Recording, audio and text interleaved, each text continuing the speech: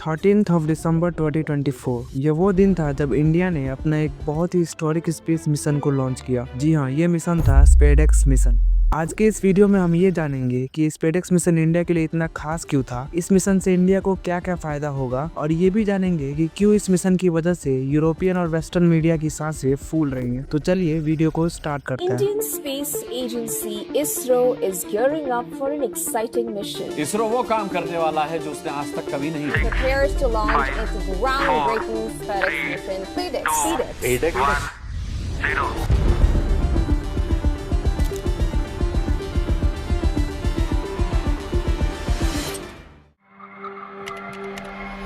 देखिए, आज के दिन ये बिलीव करना थोड़ा मुश्किल है कि ये वही इंडिया है जिसके पास बस हफ्ते भर का राशन बचा हुआ था, जो साइंस और टेक्नोलॉजी से ज्यादा अपने सिटीजन्स को एक बेटर लाइफ प्रोवाइड करने के लिए जूझ रहा था। जब रशिया और अमेरिका जैसे कंट्रीज अपने एस्ट्रोनॉट को चांद पर भेज रहे थे, तब हमने अपने पहले मिशन को साइकिल पर लोड करके लॉन्च किया था। हमें अपने किसी भी मिशन को कंप्लीट करने के लिए रशिया और अमेरिका के छोड़े हुए सेकेंड हैंड इक्विपमेंट्स का यूज करना पड़ता था। बट आज ये सारी चीजें बदल चुकी हैं। आज इंडिया भी स्पेस रेस में अपना एक स्ट्रॉन्ग पोजीशन होल्ड करता है।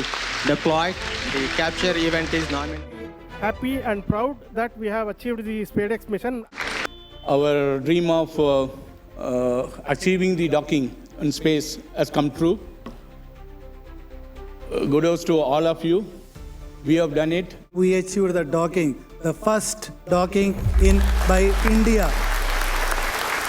चलिए सबसे बेसिक से स्टार्ट करते हैं और ये समझते हैं कि आखिर ये स्पेसएक्स मिशन क्या है। देखिए, स्पेसएक्स का मतलब है स्पेस डॉकिंग एक्सपेरिमेंट। इस मिशन में इसरो ने एक रॉकेट को लॉन्च किया था जिसके अंदर दो इंपॉर्टेंट सैटेलाइट्स थे और दोनों का वेट लगभग 220 केजीज का था। इन सैटेलाइट्स में से एक चेजर था और दूसरा टारगेट। अब जब ये रॉकेट स्पेस में पहुंचा तब इन दोनों सैटेलाइट्स को अलग अलग डायरेक्शन में इस तरह से लॉन्च किया गया कि ये दोनों सैटेलाइट्स एक दूसरे से 10 to 20 किलोमीटर की दूरी पर रहते हुए अपने 28,800 किलोमीटर पर आवर की स्टैगरिंग स्पीड से अर्थ का चक्कर लगाए। अब आपको ये लग रहा होगा कि ये तो नॉर्मल बात है, सारे सैटेलाइट्स ऐसा ही करते हैं। बट इस केस में नॉर्मल जैसी कोई भी बात नहीं है, क्योंकि इसरो अब कुछ ऐसा करने जा रहा था जिसमें एक छोटी से छोटी गलती भी पूरे इसरो और इंडिया के रेपुटेशन को काफी हद तक नुकसान पहुंचा सकती थी। देखिए, इसरो ने इन दोनों सैटेलाइट्स को 28,800 किलोमीटर पर आवर की स्पीड से मर्ज कराया। अब इसरो ने इस इम्पॉसिबल से दिखने वाली चीज को पॉसिबल कैसे किया, हम इस पे बात करते हैं। देखिए, जब दोनों सैटेलाइट्स अर्थ के अराउंड रिवॉल्व कर रहे थे तब उनको ऐसे कमांड्स दिए गए जिसकी वजह से उन्होंने अपने थ्रस्टर्स का यूज करते हुए अपने रिलेटिव स्पीड को 0.036 किलोमीटर पर आवर या फिर 1 सेंटीमीटर पर सेकेंड के रेट से स्लो डाउन कर लिया। अब इसका मतलब ये है कि अगर हमारा चेजर 8 लाख सेंटीमीटर पर सेकेंड की स्पीड से मूव कर रहा है, देन उसी समय हमारा टारगेट 7,99,999 सेंटीमीटर पर सेकेंड की स्पीड से मूव करेगा। यानी हमारा टारगेट चेजर से 1 सेंटीमीटर पर सेकेंड की स्पीड जितना स्लो होगा। तो अब आप यहाँ पर खुद ही अंदाजा लगा सकते हैं कि इसरो के साइंटिस्ट ने इस मिशन में होने वाले कितने माइनर से माइनर एरर को भी टैकल किया होगा। अगर यहाँ पर कोई भी छोटी से छोटी एरर को भी इग्नोर किया जाता तो फिर ये दोनों सैटेलाइट्स आपस में कोलाइड कर सकते थे, पर लकीली ऐसा कुछ भी नहीं हुआ। इसरो ने इस मिरेकल से दिखने वाली चीज को 16 जनवरी 2025 यानी अपने लॉन्च के 35 डेज के अंदर ही अंदर कंप्लीट कर लिया, और ये बन गई इंडिया की अपनी फर्स्ट स्पेस डॉकिंग मिशन की technology which has been mastered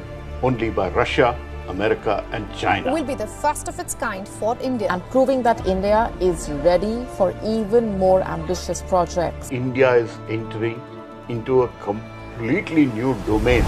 अब हम ये समझते हैं कि आखिर इस डॉकिंग मिशन से इंडिया को क्या क्या फायदा होने वाला है। अगर हम सबसे पहले एडवांटेज की बात करें तो वो ये है कि इस मिशन की सक्सेस की वजह से इंडिया में स्पेस बिजनेस इकोसिस्टम डेवलप होगा। अगर हम बात करें 2019 की, तो उस समय इंडिया में स्पेस बिजनेस से रिलेटेड स्टार्टअप्स ग्राउंडेड लेवल पर थे, बट आज 2025 में 250 से भी ज्यादा स्पेस स्टार्टअप्स इंडिया में डेवलप हो रहे हैं। देखिए, जब कोई सैटेलाइट स्पेस में लॉन्च होता है तो उसका एक लिमिटेड लाइफ स्पैन होता है। जब उस सैटेलाइट में फ्यूल या फिर पावर की कमी हो जाती है तब वो सैटेलाइट एक तरह से डेड हो जाता है और अर्थ के अराउंड बस एक गार्बेज की तरह रिवॉल्व करता रहता है। और यहीं पर आता है हमारा सेकेंड एडवांटेज, जो कि ये है कि अगर हमने इस डॉकिंग स्किल को अच्छे से एक्वायर कर लिया तो हम किसी भी सैटेलाइट्स के लाइफ स्पैन को 4 टाइम तक इंक्रीज कर सकते हैं। जैसे अब अगर स्पेस में हमारे सैटेलाइट्स में किसी भी तरह की मेलफंक्शनिंग हो जाती है तो हम दूसरे सैटेलाइट्स को उसमें डॉक करा के उसके प्रॉब्लम को काउंटर कर सकते हैं। अब इससे हमारे एक्सपेंसेस भी कम होंगे और सैटेलाइट्स का लाइफ स्पैन भी बढ़ जाएगा। थर्ड एडवांटेज ये है है कि अगर हमने इस डॉकिंग स्किल को अच्छे से मास्टर कर लिया देन इंडिया अपने खुद के स्पेस स्टेशन का जो सपना है उसको साकार कर सकता है। जी हाँ, अगर आपको नहीं पता तो मैं आपको बता देता हूँ कि हमारे इंडियन साइंटिस्ट ने 2035 तक अपना खुद का स्पेस स्टेशन बनाने का दावा किया है, जिसे हम सब भारतीय अंतरिक्ष स्टेशन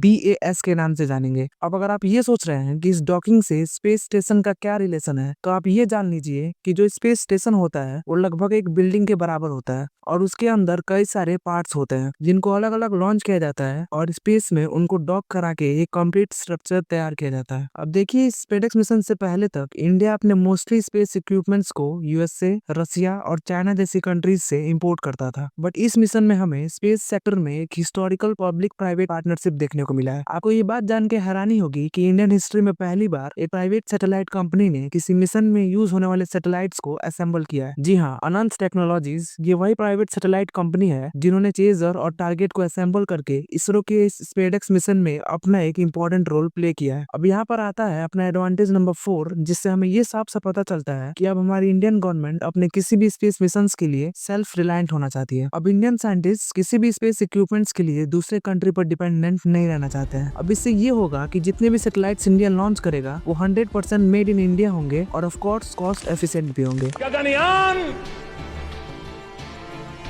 जब अंतरिक्ष में जाएगा हिंदुस्तानी लेकर के जाएगा, हिंदुस्तान के वैज्ञानिकों के द्वारा हुआ, हिंदुस्तान के पुरुषार्थ के द्वारा हुआ होगा, तब विश्व के अंदर हम चौथे देश बन जाएंगे जो मानव को अंतरिक्ष में पहुंचाने वाले बन जाएंगे।